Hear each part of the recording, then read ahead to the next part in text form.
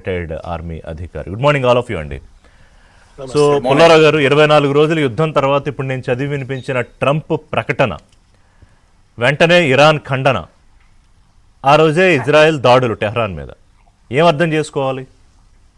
ఇది అర్థం చేసుకుంటానికి ఏమున్నది?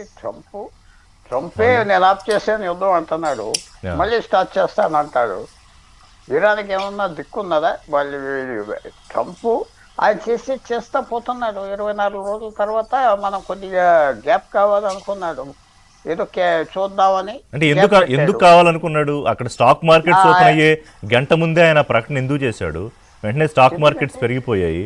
ఇప్పటికే 40% అక్కడ గ్యాస్ పెట్రోల్ ధరలు పెరిగిపోయాయి. అక్కడ వాళ్ళు గ్యాస్ అంటారు కదా, 60% మంది ప్రజలు ఆయనకు వ్యతిరేకంగా తయారయ్యారు. ఎగ్జిట్ స్ట్రాటజీ లేకుండా ఉన్న పరిస్థితి. ఏదో ఒక రోజు ఆయన ఇలాంటి స్టేట్మెంట్ ఇచ్చి వెళ్ళిపోతాడు అని అనేక సందర్భాల్లో మనం డిస్కస్ చేసుకున్న పరిస్థితి. ఇప్పుడు 24 రోజులు డ్యామేజ్ చేసేదా లేదా మొత్తం ఇరాన్ని? ఇందాక మీ స్క్రోలింగ్ చూసా, నిన్న తిరుపతికి రికార్డ్ 5 కోట్లు వచ్చిందని చాలా ఆనందపడ్డా. కానీ రోజుకి ఒకళ్ళు ఎంత తగిలి పెట్టుకున్నారు? 25,000 కోట్ల, 50,000 కోట్ల. ట్రంప్కి ఆయన ఆప్ చేశానన్న ఎవరు ఆడియన్స్? ఎవరు? యూరోపియన్ దేశాలు, మిగతా దేశాలు, ప్రపంచంలో నేను ఆప్ చేసే యుద్ధం వీళ్ళు ఆగలేదంటాడు. అంతే కదా ఇమీడియట్గా. ఏంటి అర్థం? నేను ఆప్ చేసా, వాడు ఆప్ చేయట్లేదు అంటాడు. ఒకటి, నిజంగా ఇరాన్ ఆగిపోయింది అనుకో యుద్ధం, ఇరాన్కి పెద్ద నష్టం వచ్చేస్తారు. ఇరాన్ ఆగలేదు యుద్ధం, అలా చేస్తూ ఉండాలి ఇంకా మిగతా వాళ్ళు వదిలేసి వెళ్ళిపోయే వరకు. సో ఇది మనం ఆయన హ్యూమన్లో ఒక స్ట్రాటజీ.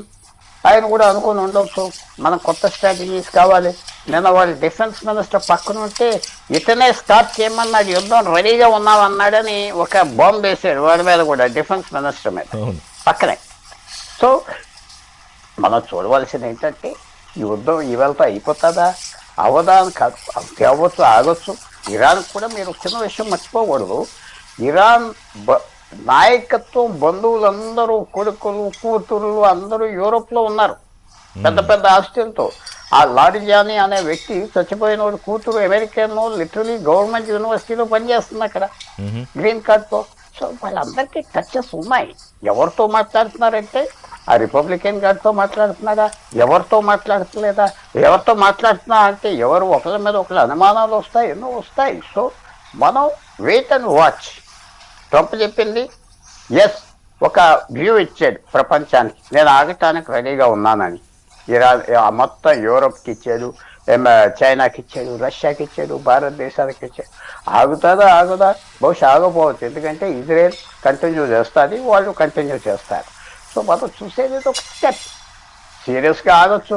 అంటే ఆయన స్ట్రైట్ ఆఫ్ హార్మూజ్కి సంబంధించి 48 గంటల ఒక డెడ్ లైన్ ఇచ్చాక 24 గంటలు కూడా ఆగకుండానే ఈయన ప్రకటన ఎందుకు చేయాల్సి వచ్చింది? చేసేది కరెక్ట్గా చేసేది, ఆఖరి నిమిషం వరకు చేసి. నేను ఎటు చెప్తానంటే ఆయన వ్యూ ఏ పక్కన నుంచి చూస్తుంటాడు అని నేను అనుకుంటున్నా. ఆఖరి నిమిషం వచ్చాక ఆప్ చేసే వాళ్ళు ఒక 12 గంటల మొదలు ఆగిపోయా, మా దగ్గరకు వచ్చి బ్రతిమలేరు, మాట్లాడదామన్నారు, ఆగేనా అంటున్నాడు. అది కాదా అవునా? ఇరాన్ ఎవరు చెప్పాలి? అది నిజమా కాదు, ఎవరితో వెళ్తారు? ఇరాన్ అయితే మేము ఎవరితో మాట్లాడలేదు, ఏ చర్చలు చేయలేదని చెప్తోంది. చేయలేదు. సో మేము మాట్లాడాము, మీతో మాట్లాడతామేంటి? అసలైన పవర్ ఉన్న వాళ్ళతో మాట్లాడలేము, చాలా మంచివాడు, పెద్ద మనిషి అంటున్నాడు. ఒకళ్ళు చూసుకుంటారు ఎవరు మాట్లాడుతున్నారు. లీడర్షిప్ అంతా పోయింది కదా. టాప్ 50 మంది పోయారు. ఎవరిని అమ్మేసుకుంటున్నారు, బిట్రే ఎవరిని చేస్తున్నారు మనకి ఏం తెలుసు? అక్కడ ఉన్న నాయకులను సౌదీ అరేబియా, ఖతార్ కొంతమందిని మేనేజ్ చేయడానికి ట్రై చేయరా? ఓ పంచాయతీలో చేసినట్టుగా అసెంబ్లీలో అన్నీ జరుగుతూ ఉన్నాయి, అన్ని కుట్రలు జరుగుతూ ఉంటాయి. ఎలా ఆప్ చేయాలి? తర్వాత లాస్ట్గా ఏంటంటే ఒకటి మీరు మనం జ్ఞాపకం పెట్టుకోవాలి, ఈ యుద్ధం అందరికంటే ఎవరికి ముఖ్యం? ఈ సౌదీ అరేబియా, కువైట్, ఖతార్, ఈ దేశాలకి. వాళ్ళు ఉన్న ప్రపంచం కూలిపోయింది. ఇంకా హార్మోజ్ స్ట్రైట్ కూడా, హార్మోజ్ జల్సన్ మాది, ప్రతి వాడు వెళ్ళటానికి $1 మిలియన్ కావాలి. రోజుకి 200-300 బోట్స్ వెళ్తున్నాయి. రేట్స్ పెడతావు. నిన్న వచ్చింది $1 మిలియన్ కట్టాలి బోట్ వెళ్ళాలంటే, అంటే 18 కోట్ల కరెన్సీలో. లేకపోతే మేము వెళ్ళలేవు అన్నారు. ఇవన్నీ వాళ్ళ ప్రపంచం మారిపోయింది మొత్తం.